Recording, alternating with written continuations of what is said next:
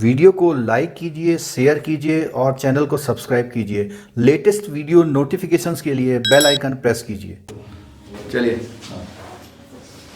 59 unit में membership of company, यानी company की मेंबरशिप होने की कंडीशंस है।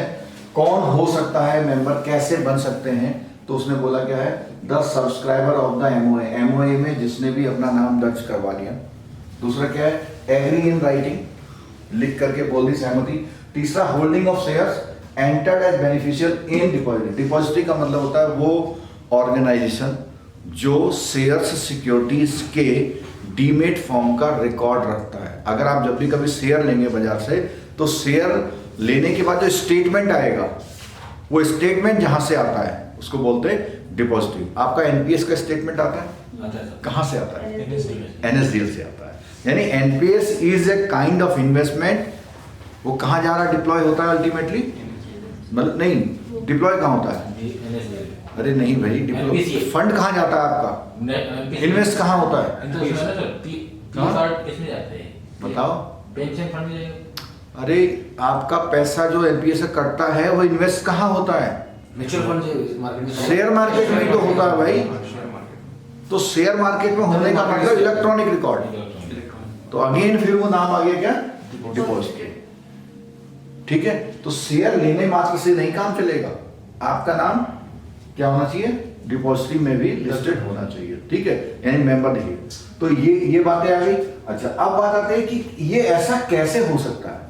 भाई तीन बातों से आप मेंबर हो गए, लेकिन ऐसा कैसे हो सकता है? तो पहली बात बोलता है एग्री ओनली। देखो ये बात बहुत इंपॉर्टेंट है। क्या बोला इसने? Agree only. Neither application nor share holding. ना तो आपने शेयर लिए और ना ही कोई अप्लाई किया कि मुझे बना लो, लेकिन फिर भी अगर आप एग्री हो गए, एग्री होने का मतलब ये है कि रजिस्टर में नाम लिखा हुआ था, आप आए, सबने साइन किया और आपने भी साइन कर दिया। अप्लाई करना मतलब टू द, वो नहीं किया आपने, कंपनी ने एक कागज बनाया, उसमें सबके नाम, पहले वर्बली बात हुई, मतलब वर्बली बात हुई, बनाया और उसमें आपने साइन कर दिया। एप्लीकेशन का मतलब प्रॉपर आप इनिशिएट कर रहे हैं, अप्लाई कर रहे हैं, अप्लाई नहीं कर रहे, रिक्वेशन। ठीक है। दूसरा क्या बोलता है? Allotment of share. आपको अलॉटमेंट हो जाए शेयर का, जो यहां बात आई थी। होल्डिंग शेयर का मतलब क्या है? आपको अलॉट हो जाए, आपने सब्सक्राइब किया, आईपीओ से लिया, किसी से भी लिया। ठीक है। By share by transfer. तो देखो अलॉटमेंट और इन दोनों में क्या फर्क है, जरा पता है? ये पहले किसी के पास था, ट्रांसफर हुआ, और इसमें क्या है, आपके पास नहीं थे, आपने आईपीओ अलॉटमेंट होता है ना, या एफपीओ अलॉटमेंट, उसके थ्रू, या राइट इश्यू का अलॉटमेंट, उसके थ्रू। ठीक है। ट्रांसमिशन ऑफ शेयर, ये ट्रांसमिशन होता है मजबूरी में जाना किसी का, कि वो उसके बाद वो भी बन गया। तो वो किसका होता है? जब डेथ ऑफ शेयर होल्डर। तो डेथ ऑफ शेयर होल्डर हो जाएगी तो उस कंडीशन में आएगा। ठीक है, आगे देखो, मेंबर बाय एक्विसेन।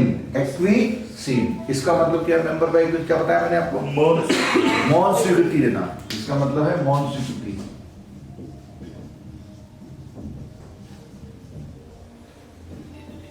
जैसे मैं बताता हूँ, एक कहीं पर मीटिंग चल रही है, एजीएम, ठीक है, और वहाँ अनाउंसमेंट होता है, हाँ जी इनके पास 500 शेयर है, इनके पास 600 शेयर है, अनाउंसमेंट हो रहा, और वो खाली मुस्कुरा रहे हैं, कुछ नहीं कर रहे। मीन्स क्या?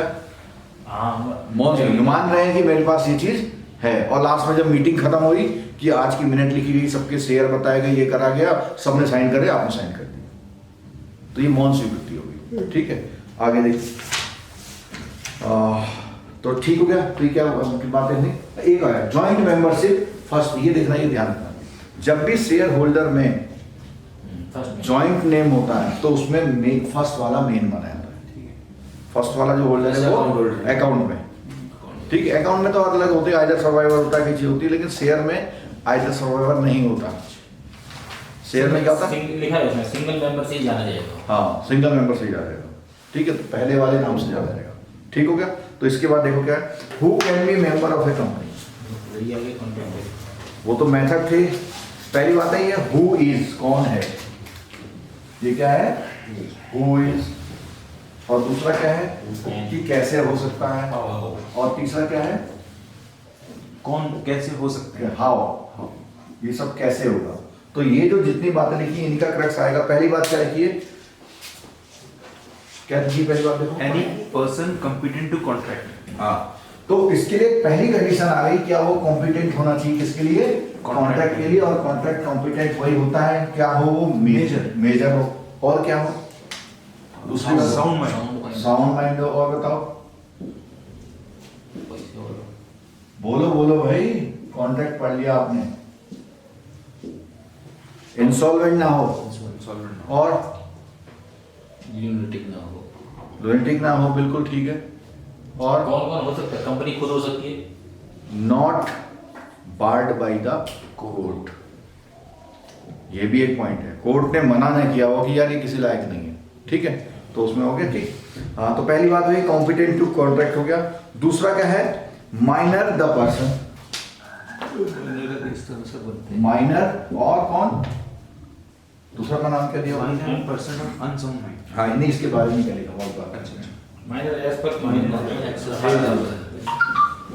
कोई बंदा माइनर है या अनसाउंड माइंड का है, तो क्या बोलता है देखो, minor in person unsound mind be the incompetent at law of court, hence such person can not become a member of a company. इसमें एक्सेप्शनल जरूर आता है माइनर। हाँ, देखो क्या है, can not apply for and be a member of a company, however if a minor has by mistake been recorded as a member of the company and the minor have a right to rescind the transaction and remove the, यानी उसको reverse कर सकती है। कहने का मतलब हुआ कि अगर गलती से कोई माइनर मेंबर बन गया तो कंपनी उसको करके करेक्ट कर सकती है, हटा सकती है, ठीक है। No, sir, आगे एक और लाइन लिखिए। हाँ।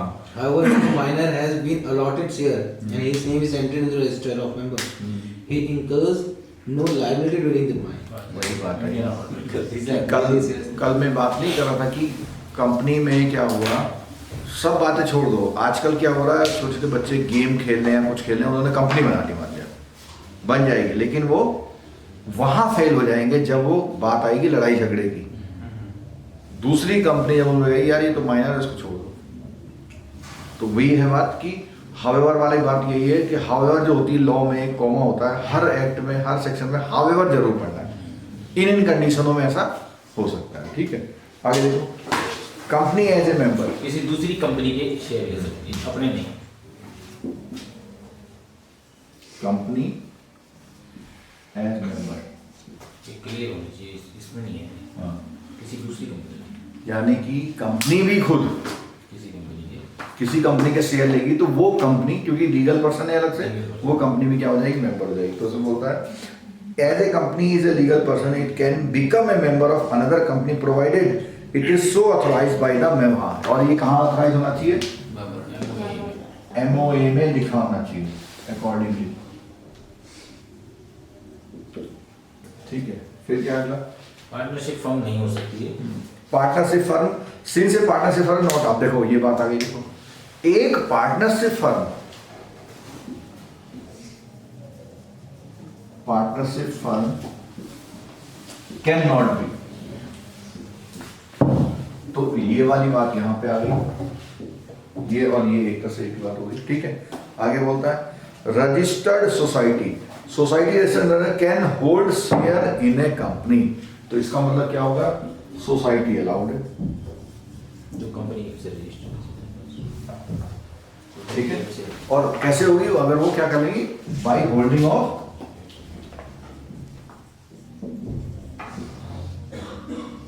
अगला पॉइंट देखिए, नॉन रेजिडेंट, हाँ नॉन रेजिडेंट, नॉन रेजिडेंट क्या किसी कंपनी का मेंबर हो सकता है, फेमा के थ्रू, बिल्कुल हो, नहीं फेमा के थ्रू नहीं, मतलब फेमा की परमिशन, फेमा के अकॉर्डिंग, एक्ट, ठीक है, ये लिखा हुआ है a non resident can not become a member of a company without complying, यानी कि जो जो शर्तें फेमा में लिखी गई हैं, तो कौन है, NRI है ना, नॉन रेजिडेंट है, NRI और as per FEMA, as per FEMA हो सकता है, एज पर फेमा किसी कम उसका वो हो सकता है, ठीक है।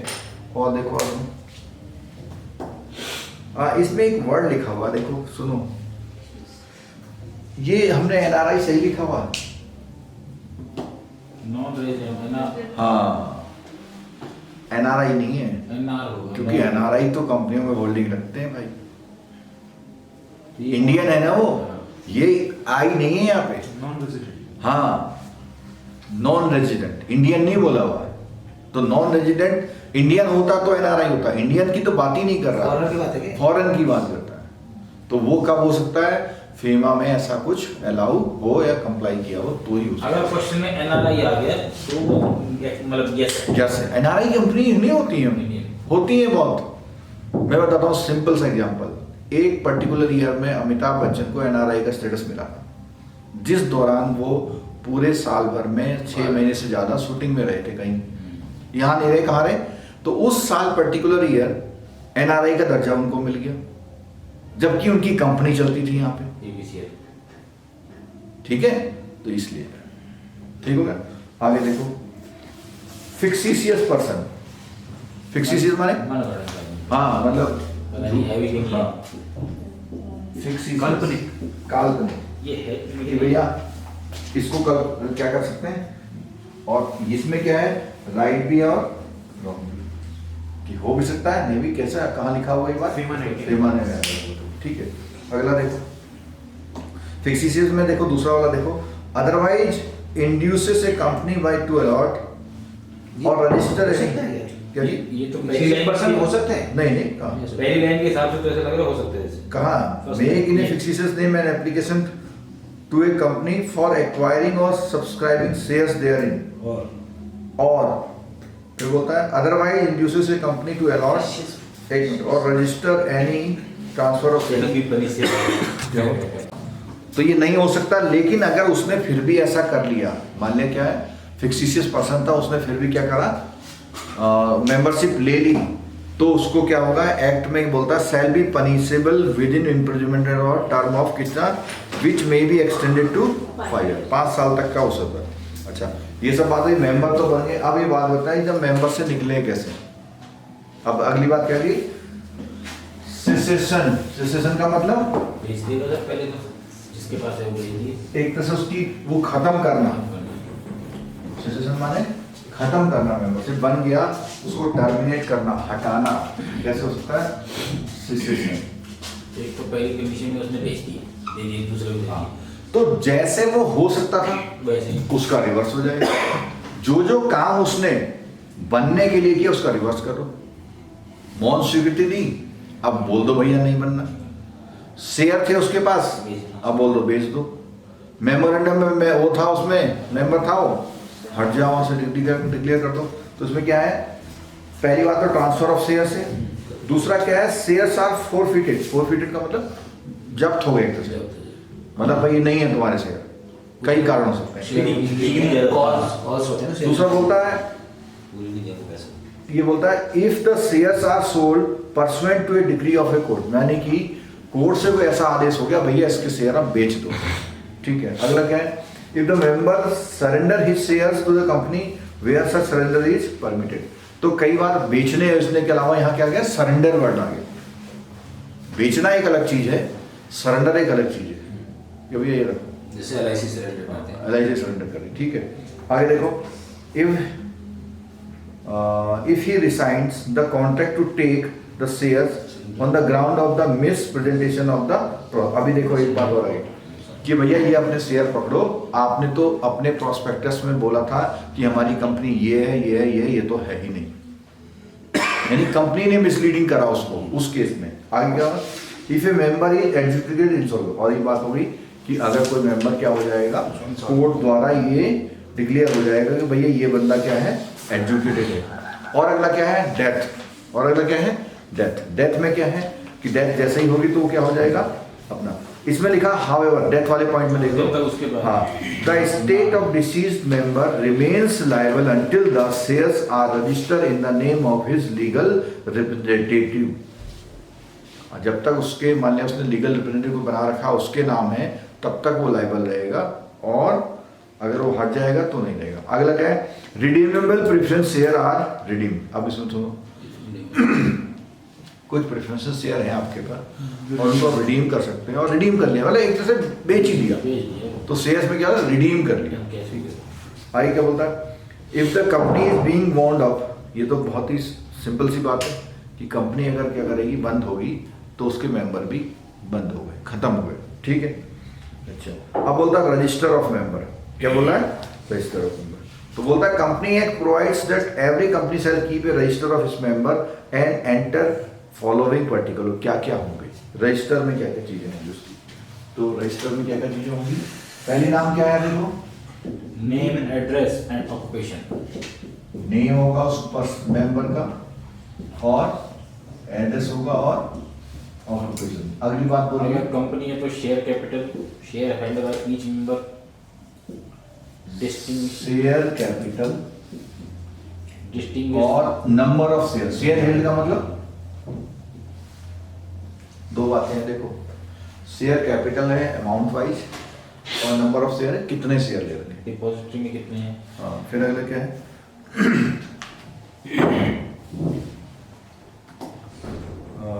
फिर बोलता है डेट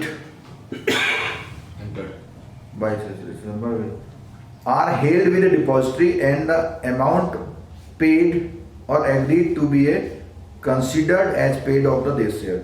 यानी कि अल्टीमेट रजिस्टर कहाँ पर है शेयर का? डिपॉजिटरी। अल्टीमेट रजिस्टर कहाँ है? डिपॉजिटरी। यानी डिपॉजिटरी की बात आ रही पूरी पूरी, ठीक है। आगे क्या बोलता है? The date at which each person was enter in the register as a member. उसमें डेट भी मेंशन होगी। डेट भी मेंशन हो जाएगी। एक तो डिपॉजिटरी रिकॉर्ड, डेट दोनों मेंशन होगी, किस दिन मेंबर से हटा किस दिन बना। डेट एंट्री और एग्जिट, एंट्री और एग्जिट। 7 दिन का नोटिस देना है। हाँ। अगला पॉइंट देखिए क्या है?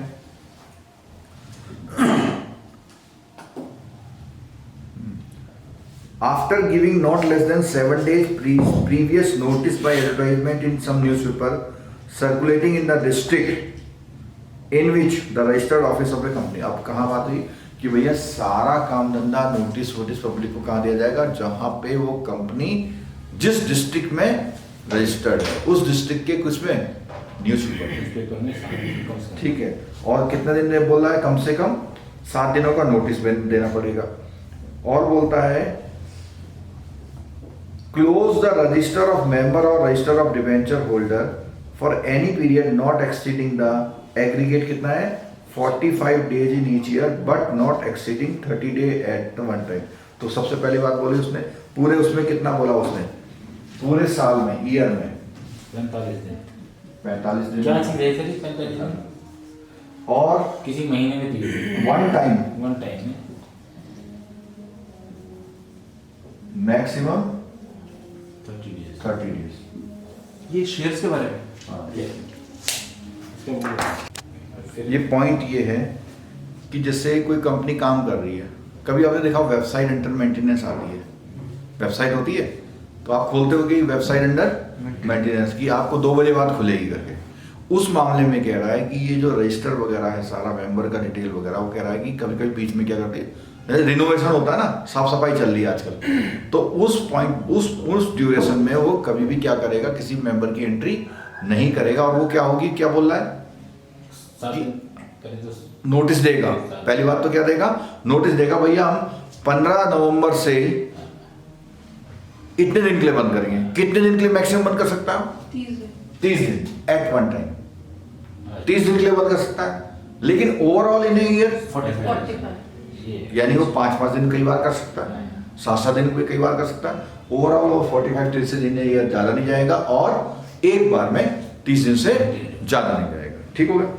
अगला है place of keeping and inspection of register of members. इन मेंबरों का रिकॉर्ड वगैरह कहां पर रखा जाएगा? तो इसके लिए क्या बोलता है?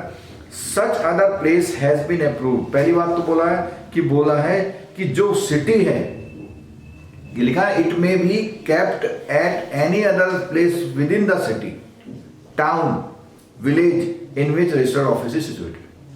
यानी जहां पे रजिस्टर्ड ऑफिस है वहीं पे रजिस्टर रखेगा। एक बात बोल दी। दूसरा क्या बोला उसने?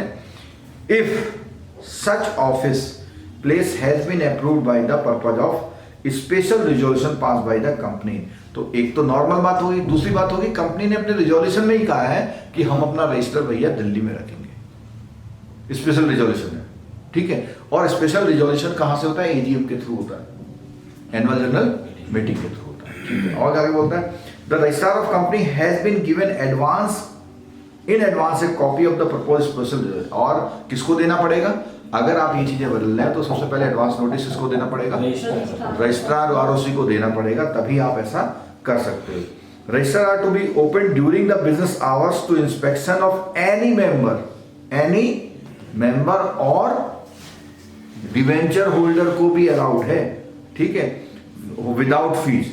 Any other person has to pay a fee, ये इंपॉर्टेंट पॉइंट है, पूछ सकता आपसे, ठीक है। Any such member, debenture holder और अदर पर्सन में make extracts from any register. Extract बनाने का मतलब उसमें से कुछ बातें वो नोट कर सकता है। एक्सट्रैक्ट करने का मतलब कुछ बातें वो नोट कर सकता है, ठीक हो गया। आगे देखिए, अब है right and duties of member of a company. जैसे पीछे जो है हमारे पार्टनरशिप फर्म में लोगों की थी ना राइट और ड्यूटी, ऐसे ही अब किसकी बात कर रहा है? कंपनी में किसकी?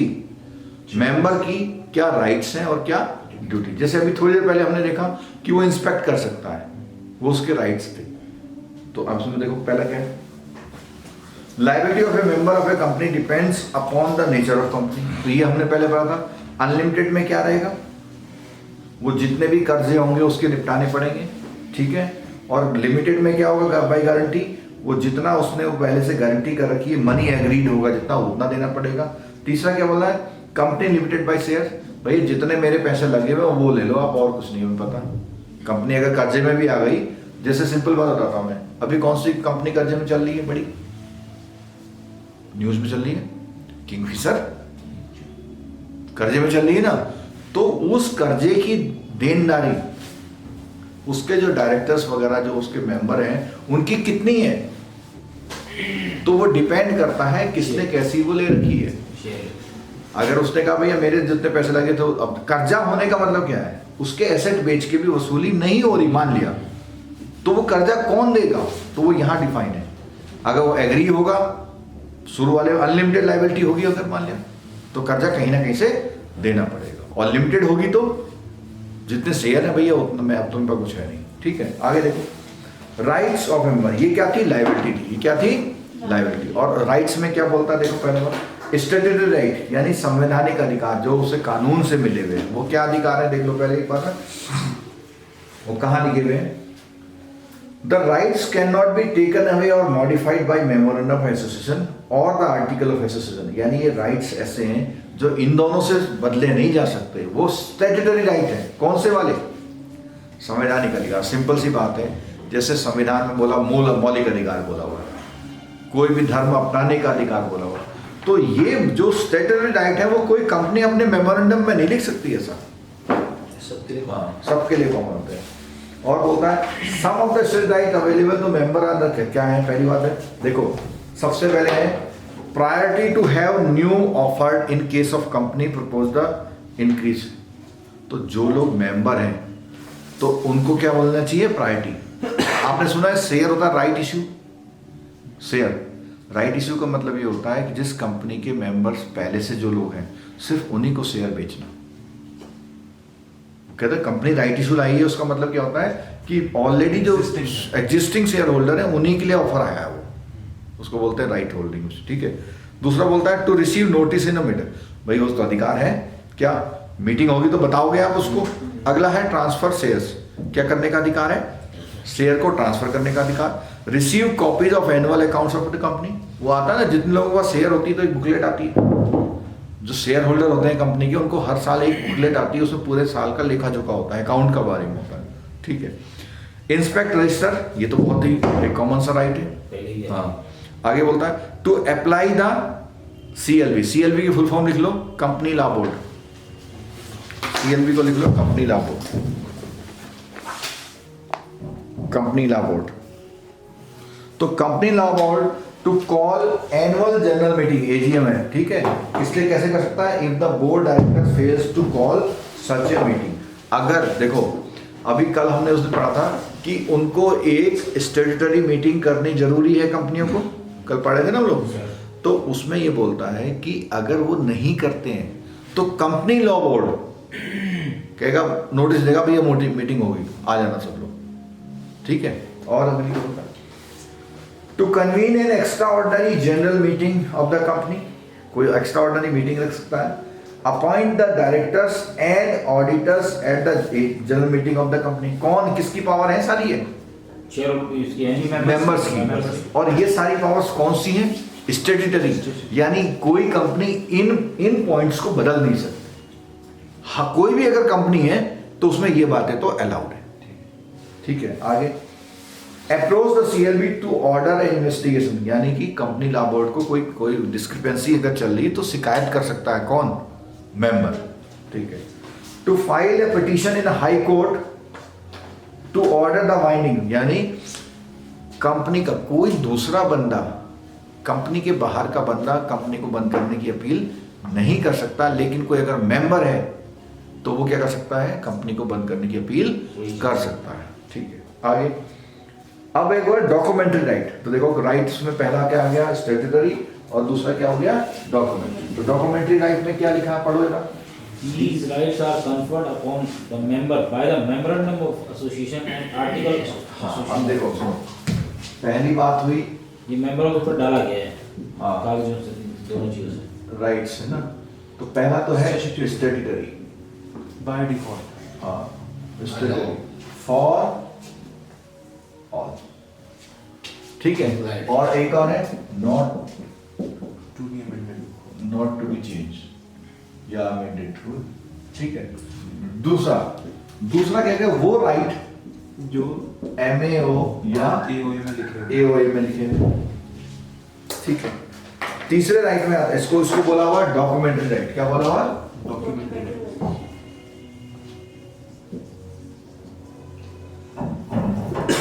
सी में क्या है? Proprietary right. क्या है अगले? प्रोप्राइटरी, मालिक होने के अधिकार। प्रॉपर्टी राइट में क्या है? देखो, To be registered as a member in the company register of member। बोलता है to be registered as a member in the company registers of member, यानी कि अगर मैंने शेयर ले लिए तो मेरा राइट है मेरे को कहाँ लिखा जाए? रजिस्टर में लिखा जाए मेरा नाम। फिर आगे बोलता है no personal liability of a company debts. किसकी बात बोल रहा है? मेंबर। हाँ, पर्सनल लायबिलिटी बोल रहा है ना। कह रहा है कि no personal liability of a companies debt, company के कर्जों को मैं व्यक्तिगत रूप से नहीं देनदारी करूंगा। कहां से देनदारी होगी? कंपनी के एसेट से होगी। कंपनी ने कर्जा लिया है, वो कंपनी ने लिया है। मेरे घर में 5 करोड़ का बंगला, विजय माल्या या जो बड़े बड़े जो लोन डिफॉल्टर हैं वो इससे बचते हैं ना भाई। वो मेरा बंगला है मेरा, कंपनी डूब गई तो मैं क्या करूं? ठीक है, आगे देखो। टू रिसीव डिविडेंड, ये भी राइट है किस चीज का? भाई जिसके पास भी शेयर होगा तो उसको राइट होगा क्या रिसीव करने का? डिविडेंड। अगला, to participate in the distribution of assets in case of liquidation of a company. ठीक है, किस किस में पार्टिसिपेट करेगा? जब लिक्विडेट होगा तो भाई मेरा भी हिस्सा है उसमें, तो उसमें पार्टिसिपेट किया होगा। ठीक है, तो ये हमारा होता है मेंबर ऑफ ए कंपनी के बारे में। कौन मेंबर हो सकता है, कैसे हो सकता है, क्या क्या चीज